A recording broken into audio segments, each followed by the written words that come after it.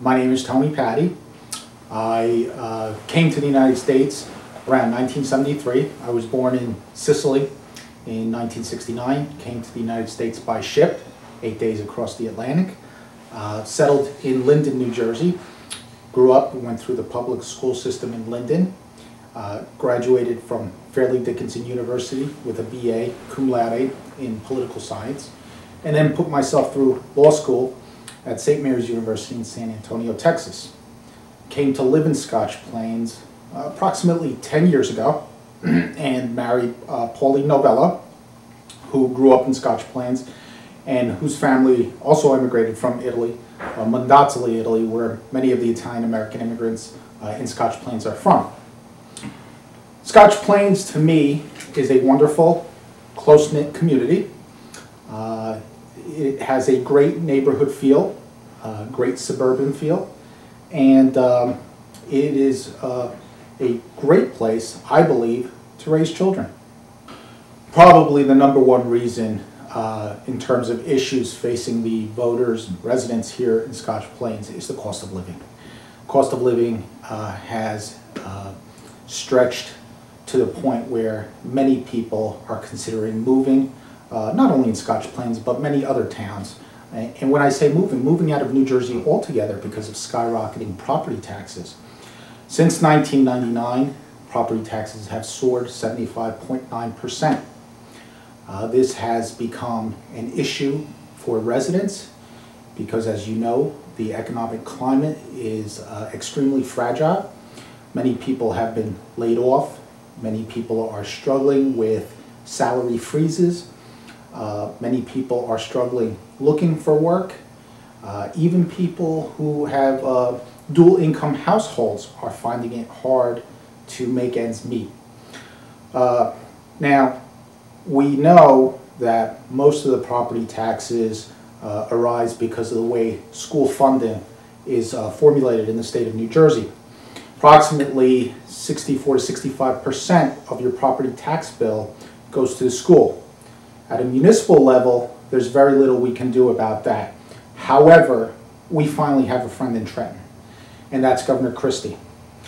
And we support Governor Christie's toolkit proposition that will help us, the municipalities, in terms of dealing with the remaining 18 to 20% that we deal with in terms of costs to our residents. Now, another major issue is the Special Improvement District, the SID. Our downtown needs to be revitalized. Sal, Bo, and myself have visited approximately over 1,000 homes. In each of those homes, one of the major concerns is our downtown. People want to see a vibrant downtown. They see neighboring towns who have good downtowns with stores, with foot traffic. They know that this is something attractive, not only for purposes of shopping, but for purposes of property values. We can probably make a good educated guess that a vibrant downtown would help to increase property values. And that's a benefit to the community. One of our major concerns is communication. People in the town want to know what is going on, why it's going on, and how it's going on. We have talked, Sal, Bo, and I, if we are elected, and we're given that honor by the residents of Scotch Plains, about holding town hall type meetings with residents, and perhaps maybe not just doing a walking campaign during campaign season, perhaps on an annual basis, getting out there and knocking on people's door and asking them, hey, how are we doing? We want to govern from the bottom up. We want to stop this top-down management. With regards to the downtown, we feel that it's important for the landlords, the property owners, and the merchants to have autonomy over the direction of the Special Improvement District. We have a disagreement over the way in which the city is being promoted currently. We do think that it is being micromanaged, and I believe that the merchants and landlords downtown had an understanding that the SID, once we helped enact the SID, that they themselves would carry the direction of where the SID was going to go. We don't believe that that's happening. The other thing we need to emphasize is that we need to have a major attraction downtown. And that, in my opinion, will create a domino effect. Once you get a major retail store in there, a Starbucks, or even an Apple store that's very attractive to people who like technology, to people, children who love to work on Macintosh. If you've ever seen an Apple store, it is full, day and night. And once you get a major anchor, I do believe it'll be an anchor that will cause a domino effect, and it will attract other businesses.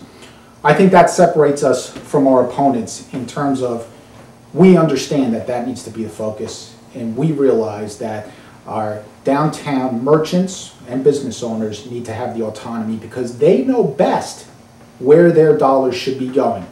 We shouldn't be sticking our hands in their pockets and then on top of it telling them how their dollars should be spent. We not only recognize that there's an issue in revenue, but we don't want to consistently go back to the residents of Scotch Plains and say, well, in order to meet our liabilities, our course of action is always going to be to increase taxes. There's the Terry Lou Zoo property that has been vacant for the past 4 years, and even before that. Now, some of our opponents who are on the council and have been there for the past 4 years have said nothing about it.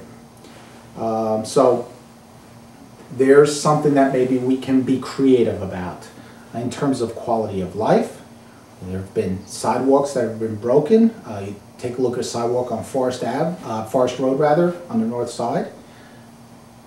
Who's going and addressing that issue so that our seniors can walk and don't have to go out in the street, or somebody with a baby doesn't have to go out in the street? This differentiates us. I believe we are creative, we are fresh faces, we'll approach things in a different manner.